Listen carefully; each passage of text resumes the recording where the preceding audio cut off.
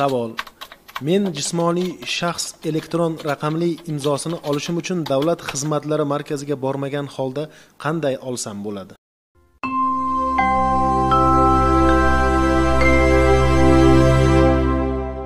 Respublika maxsus komissiyasining joriy yil 18-aprel kuni e'lon qilingan qaroriga asosan karantin tugagunga qadar istisno tariqasida elektron raqamli imzo kaliti va sertifikatini masofadan turib berish imkoniyati joriy etildi. Davlat xizmatini olish uchun yeimzo.uz havolasi orqali ro'yxatdan o'tishingiz lozim va mazkur imkoniyat yuridik va jismoniy shaxslar tomonidan elektron so'rovnoma to'ldirish orqali amalga oshiriladi.